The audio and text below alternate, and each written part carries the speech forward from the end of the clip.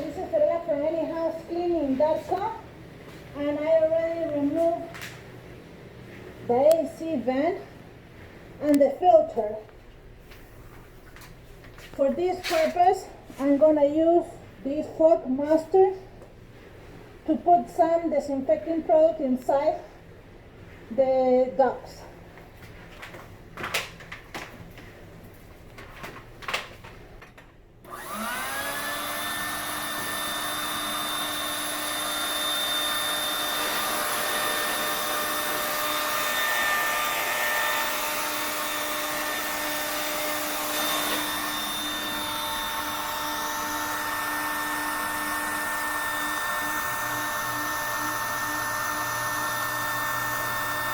What is the difference between the fog master and the electrostatic gun?